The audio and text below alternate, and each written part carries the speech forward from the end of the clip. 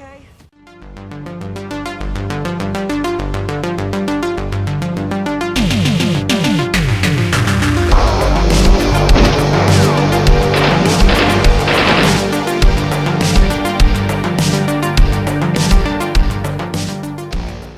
We are talking Never Leave Alive, directed by Stephen Lamort and stars John Hennigan. This was originally known as The Most Dangerous Game.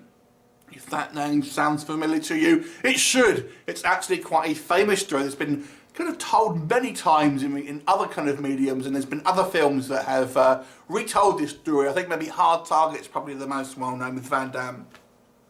But here we are in 2017 with another kind of like adaptation of it, and this, but in case you don't know, it essentially tells the story of this character that John Hennigan plays, and he is a hunter, a celebrity hunter, which struck me as strange because really there's been a lot of negative press about kind of hunting kind of big game and recently, so I found it an odd choice to make him a hunter because it automatically kind of has negative connotations, I think, in 2017. But anyway, he's on this boat and there's essentially a shipwreck, and he and this woman are stranded on this island, and one other guy, and it turns out this island is home to these two psychopathic Russian guys who hunt people for sport. They've got the whole island decked out in different kind of traps and stuff like that. So it's obviously a race for survival. Can they survive the traps? Can they survive these two Russian guys hunting them? Obviously, you know how it goes if you've seen the original movies. So what do I think of Never Leave Alive? It's a very low budget movie, so production value is pretty low, so let's bear that in mind. But let's talk about what worked. My favourite thing of this movie is actually the bad guys. One of them is actually played by an actor who you may know from Game of Thrones. I think he was one of the Fens, which were the time of the wildlings, and he's this kind of like this second in command basically.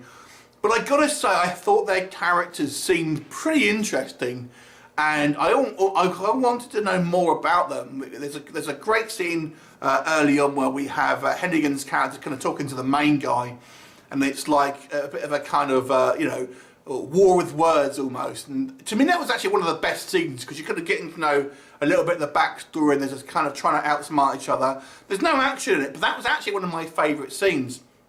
And the other guy is this kind of big hulking bloke, and he is kind of, you know, you felt there's more shades of grey to him, and, you know, I found them quite interesting characters. I think the location shooting here is actually quite good. It looks pretty lush. This kind of like forestry area where they kind of shot looks, you know, obviously shooting on location gives it a kind of a back to nature feel. And I've got to say, I kind of quite enjoyed some of the traps. I thought they were kind of quite fun, and kind of seeing how these kind of guys got out of them.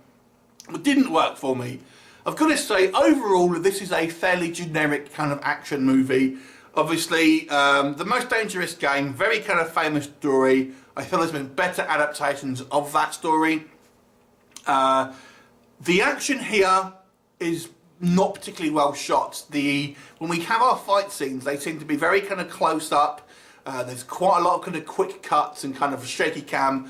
And it would have been nice to maybe pull the camera back and kind of have a bit more of a kind of better fight, a bit more satisfying fight scenes. I didn't feel they were particularly well kind of shot.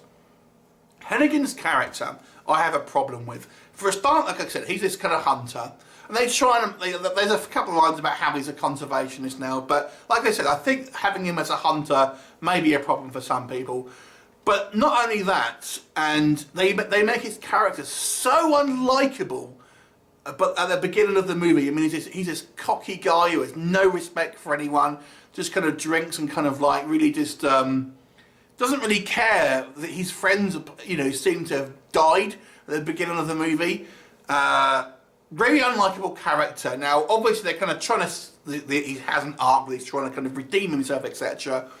But I feel that his character is so irredeemable at the beginning of the movie, you simply don't care. Yeah, it's a cheap kind of action film. You might not be bothered about that sort of stuff. You just want to get to the fights. But I don't know. For me, I didn't think his particular, you know, he has this kind of cheesy arc where he learns his lesson and becomes a better person, etc. But he was such a kind of like a horrible person at the beginning of the movie. You just don't root for him. The female lead. You know, there's an attempt to give her this kind of like mysterious backstory, etc. But to me, she was kind of like a bit of a non-entity.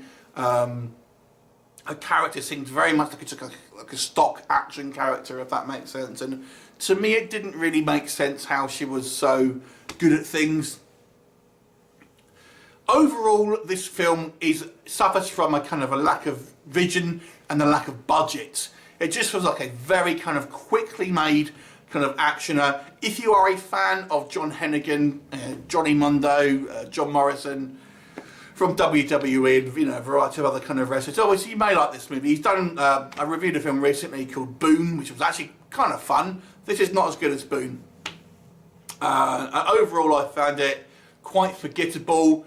I kind of like the bad guys in it. There are some kind of, like I said, I really enjoyed the dialogue scene between them.